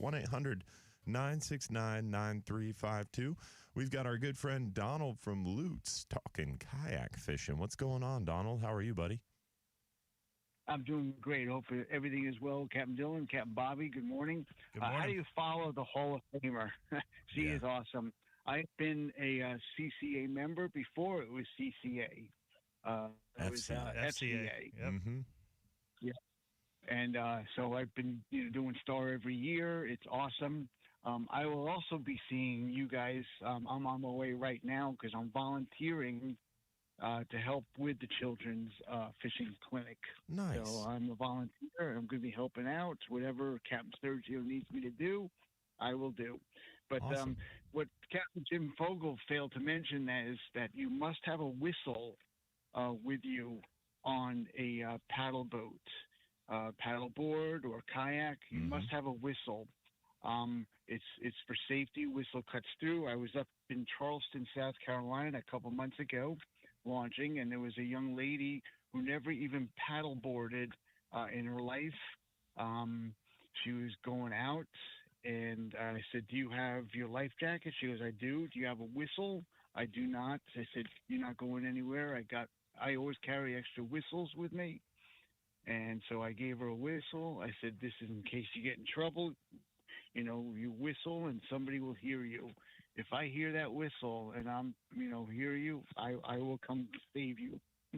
And also another thing that I mounted on my kayak is I have a Scotty mount. I have about a 3.5 foot PVC pipe pipe that I painted, and I have Velcro flags, Bucks flags, pirate flags, race flags, lightning flags, whatever season going on, so boaters can see you, other people can see you. And I've got a double anchor trolley system. My ropes have the built-in reflective system in the ropes. So, and my VHF radio has a all built-in GPS and a distress button. It's incredible radio. It's got on the back, if you flip the switch and you're in distress, you push that button, the Coast Guard is on its way because it's got the built-in GPS like LoJack. That's awesome. So, good thinking. Yeah, so because I like to go into I go out by myself a lot. Mm-hmm. So I go to places, up in estuaries and stuff where you don't have cell phone service. Yep. Gotta be careful. And got to be careful out there. But yeah, so it's just awesome. Looking forward to this children's thing today. That is just going to be so cool. I took my granddaughter last year. And Captain Sergio asked me, hey, I want you to volunteer. So I can't take her, but I know my niece is bringing a couple of my nephews. Awesome, man. There today. Well, Yeah, I look forward to seeing you and seeing the family, and appreciate the phone call this morning and all the added kayak safety tips, my friend. Yeah, thank you. Absolutely. Hey, you guys take care, stay safe, and tight lines, and I'll talk to you guys later. All right, Donald. You as Thank well. you, my friend. Appreciate it.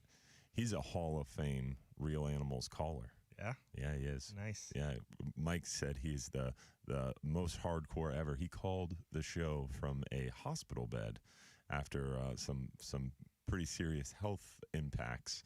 And in the hospital, he made sure to get his cell phone and call the show. That's legit, dude. Yeah, he's hardcore. He's Yep. Hall of Fame. Yep. All right, Scott from Tarpon Springs talking tiger sharks. You got us on a big rabbit trail there on break, Scott. I'm looking forward to hearing what you're talking about tiger shark wise. What's going on, my friend? Yes, sir. Captain Dylan, Captain Bobby, long-time listener, first-time caller. Awesome. Yeah. Thanks for all you do out there, too. We met at the Fisheries Council meeting out there and about gags. Oh, Scott Stark. What's up, my friend? Yeah. Yeah, man. Yeah.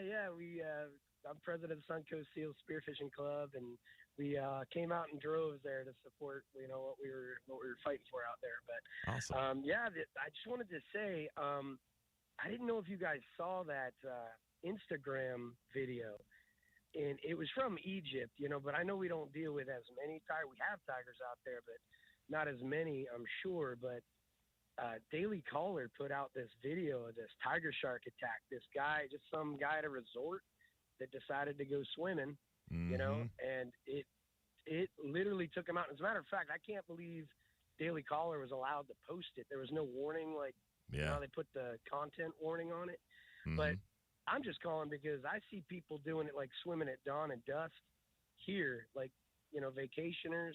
And if anybody just happens to be, I'm going to go to Florida, here's a cool radio show, they're listening. Do not do that.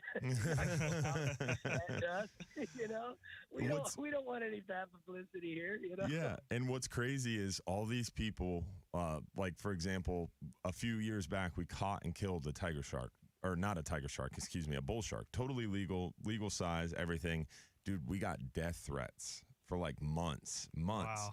And a lot of people from Ohio freaking out, calling us. We got bad reviews. I mean, the works. We got prosecuted. Shark murder. For killing a legal shark.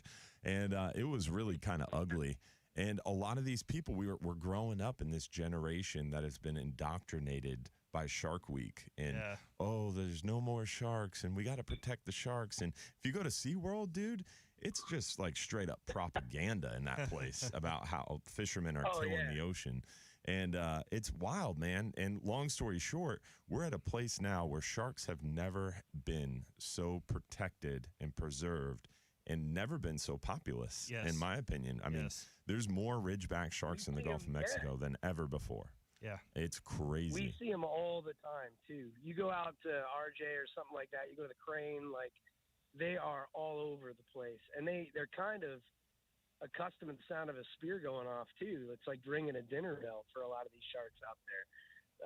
But I just wanted to make sure that we got the word out there for these tourists and stuff.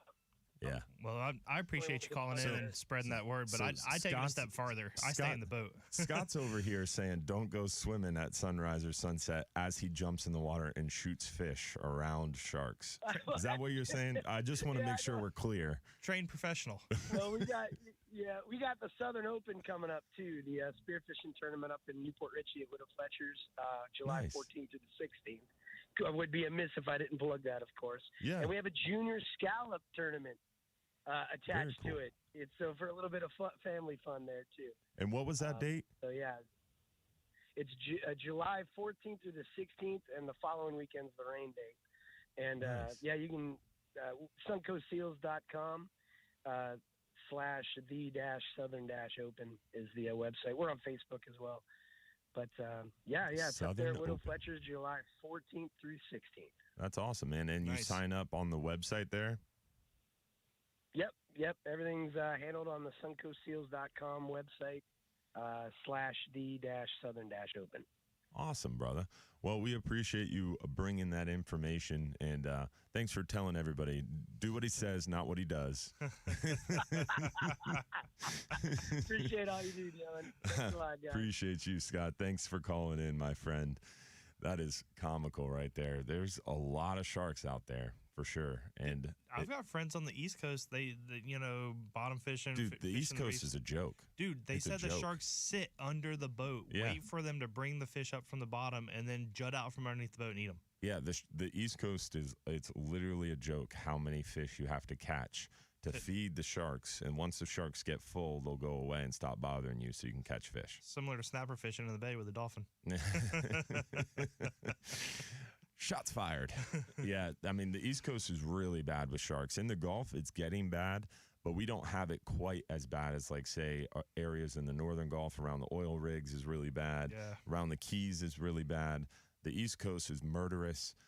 Tampa Bay is getting there, but, I mean, it's crazy the protections that we have on. I mean, just look at the great whites. How many more great whites we're seeing? Yeah. I mean, when my dad was a kid, when my grandfather was around, we had a lot of great whites in this area. And now we're back to that point. We have a lot of great whites in this area. It's becoming common to get photos and videos of great whites. I mean, just this last late spring, I mean, there was dozens of people that were spotting great whites while fishing 10, 12, 14 miles off the coast of St. Pete. Yeah. I mean, it's not going to be very long until we have those great whites on our beaches, which will be pretty wild. Lovely. It's definitely interesting to see the shift. And it's definitely positive. I mean, sharks are apex predators. It's a healthy estuary to an ecosystem to see the apex predators thriving. But it all has to be in balance. Exactly. That's the key. Just like wolves in the forest, in the woods, when you're talking deer maintenance, you got to make sure everything's in balance. And that's a big concern. So we missed our Jack Wagon of the Week segment. We were a little bit amiss. We had a lot of good callers, too. But Jack Wagon of the Week we didn't get to at 7 a.m. But don't worry, guys. We didn't forget. Bobby and I came up with a pretty good Jack Wagon. Insurance is the Jack Wagon of the Week. Insurance rates in general, to be specific. It's incredible how exponential insurance rates. Bobby's dealing with it. He's a victim of Hurricane Ian, and you're dealing with it, rebuilding your home, recovering from Hurricane Ian down south, and your insurance rate's like 100 times growth? Yeah, 2,500 over 10 grand. Yeah, absolutely insane. So 2,500 to 10 grand. Yeah, little shift in insurance rates for Capt and Bobby there, and our boat insurance. Trying to get charter insurance. Try to start a charter business and get insurance. Yeah. It's not fun.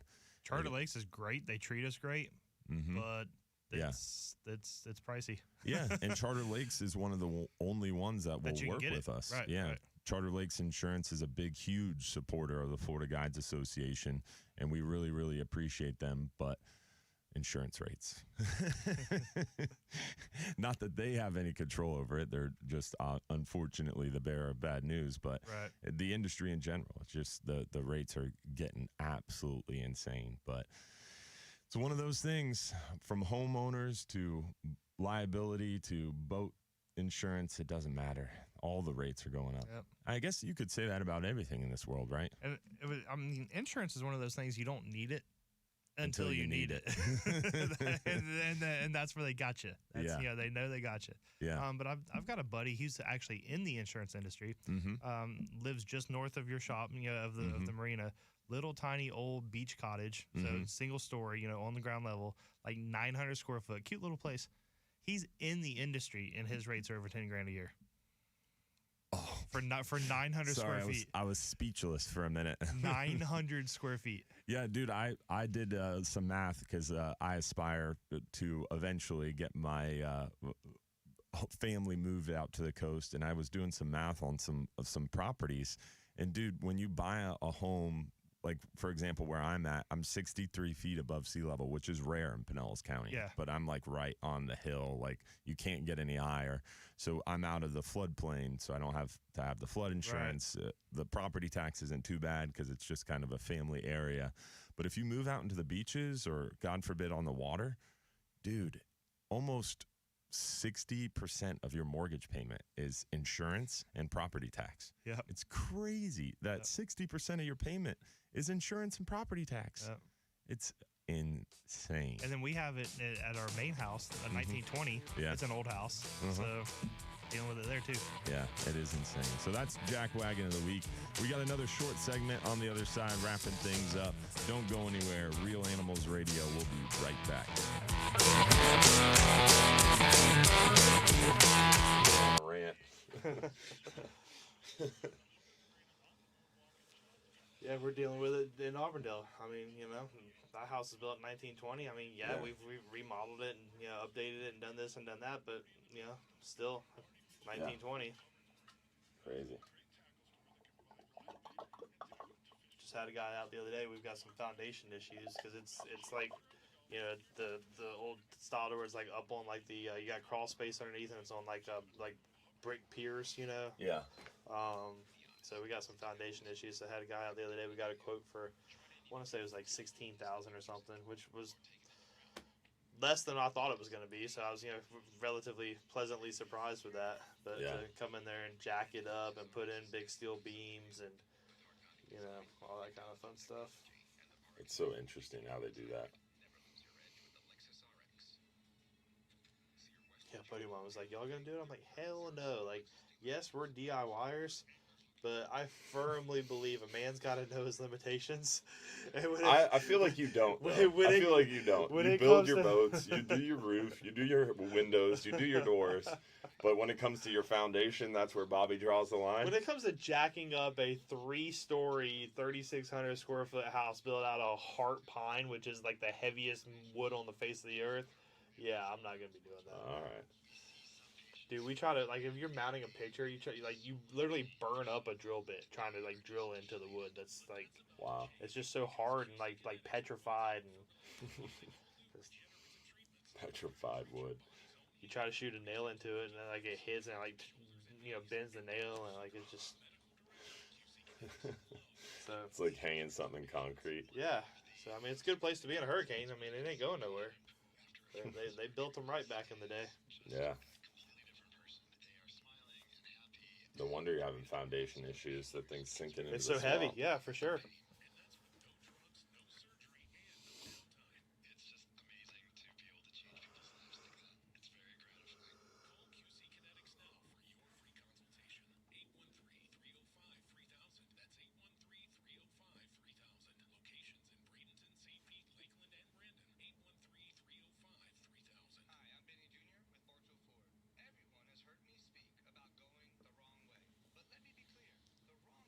As we're going out, if you don't mind, I'd like to mention my thing Tuesday night.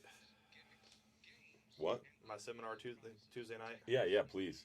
So we just got a caller that just called in. We'll get to him real quick, and then we'll let you do that, wrap up. We'll mention the weather, and then we'll close out. Okay.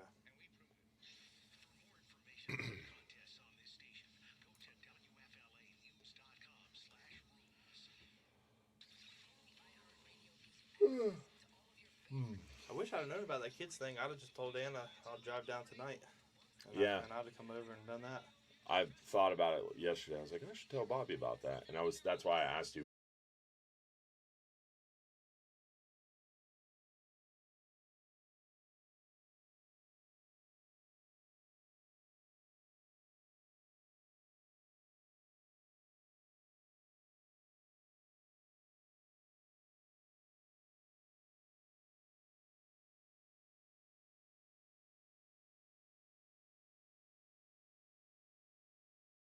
Hubbard. Bobby, you've got a seminar coming up, don't you? I do. This coming Tuesday night over in Lakeland at Lakeland Fishing Outfitters, which is a new tackle shop in town, part of the Tampa Fishing Outfitters chain. I was literally just gonna say, I was like, is that part of Tampa? Yeah. Mr. Lee and his staff, they do a great job. So come on out Tuesday night, 6 o'clock. Lakeland Fishing Outfitters, food, drinks. I'll be there talking about specifically tarpon fishing, since that's kind of what we're in right now season wise, but all, snook on the beach, inshore bay grouper. I mean, you name it, kind of open discussion, tips, tackle, all that fun stuff. So you're answering you're giving away all your secrets, huh? I'm giving away enough secrets for people to be successful. So he tempered that. I see how it is. So Lakeland Fishing Outfitters, where's that at? It's on Highway 92 Memorial. Don't quite know their address, but it's right on the shores of Lake Parker, which is the big main lake right in kind of center of Lakeland. Oh, that's awesome, man. Yeah. So. All right, Lakeland Fishing Outfitters. Going to be talking fishing, talking tarpon. 6 p.m. Tuesday night. This Tuesday. This coming Tuesday, yes, sir. Oh, awesome, man. Well, if you want to hear all the tarpon secrets, definitely don't miss out on that one. You just went to the Bartow Ford event with Mike, too, right? I did. This past Tuesday night over at Bartow Ford. Great event. Mike does a great job over there. The Bartow Ford people are great. And that's Silver awesome. Ring Cubans, man. Can't beat it. Can't beat it. You catch me at Silver Ring Cubans anytime. Doesn't matter why we're gathering. How would someone book a tarpon trip with you if they wanted to check out what you got going on? Yeah, so fax probably isn't a good option. Fax. Yeah, so Bobby's very old school. For those of you out there, he can't really use a smartphone. But he can catch fish. In all seriousness, just give me a shout. 863-224-1418. I got you. And it's captain-bobby.com. Correct. Captain all spelled out. He forgets to plug his own website. So captain spelled out -bobby.com. But give him a call because he doesn't know how to use his website. I just drive a boat and catch fish, man. Yeah. Keep it simple. Keep it to the basics. We've got a beautiful week of weather here. Really, really good opportunity to get out there on the water. Just be aware, midweek we might get some south winds, so you want to make sure you keep an eyeball on that.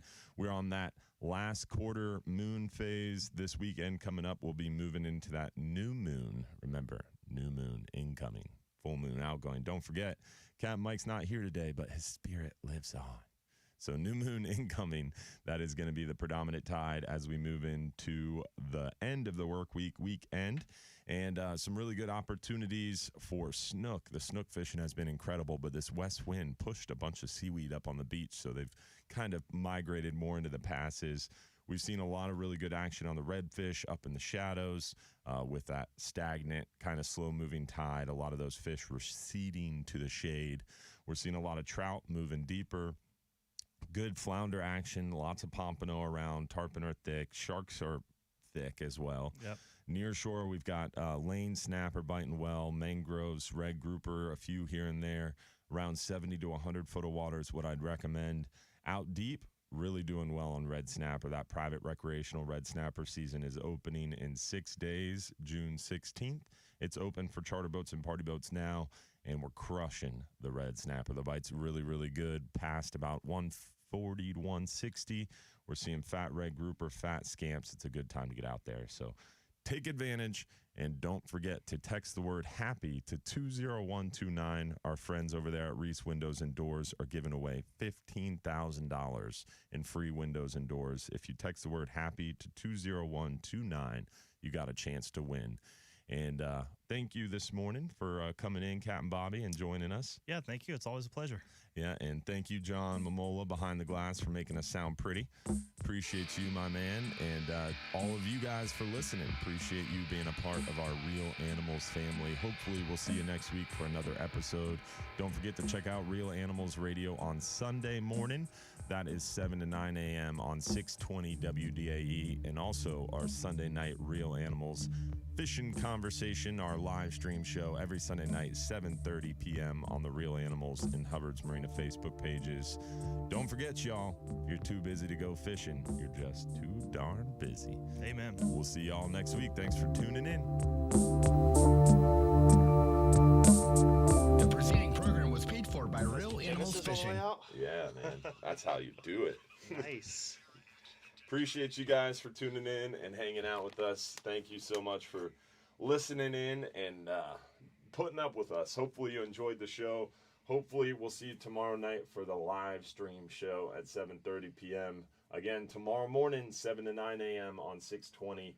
And we'll have that Bartow Ford date coming up for you very soon to start plugging our next event.